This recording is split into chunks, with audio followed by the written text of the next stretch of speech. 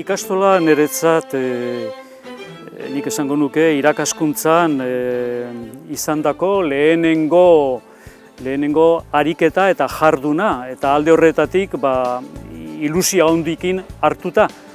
Nire bihotzean gordetzen dut nire bizitzako aro oso garrantzitsu bat. Euskaraz bizitzea lehenesten delako. Ingota behin onartu behar zaiona eta eskertu behar zaiona ikastolari da, hain zuzen ere, hizkuntza eta kultura bat helarazi dizula, eta helarazi dizula oso hasierako urtetan oso modu zailean eta benetan autu arriskutsua zen garai batean. Eta ikastola guk inauguratu gendula. Netzako da oso orgullo, handia. Ikastolak aintzindari izan da neurrian, ikastolak eredu desberdinak hartu ditu. Tokatu zaio aldatzea eredu pedagogikoak. Ikastolak euskaldun izaten lagunduko dielako eta eskola bezala ere maila oso ona duela uste dudalako.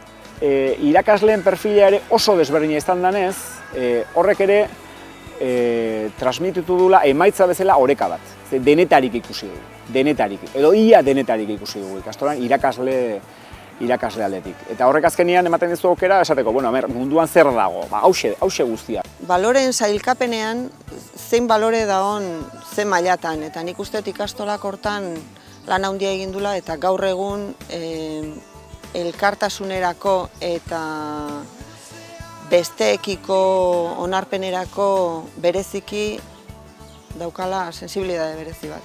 Horre guztiak aberastasuna eman dio nik uste ikastolari eta aberastasuna eman digu guztioi, han ikasi dugun guztioi. Asko maite ditudan lagunak, eta batzuek nik esango nuke nire bizitzan erreferentzi izan direnak ere bai. Ikastola ez da izan nire ikuspegitik gizarte eremu jakin baten bioproduziorako tresna, baizik eta mundua esaten duanean gure herria ulertzeko bide bat. Ikusita beste eskoletan ere euskara ematen duela, nik uste dut sentimentu bat eduki behar duela, baina ikastola ematen duenak. Eta sentimentu ez da galduko nik uste dut.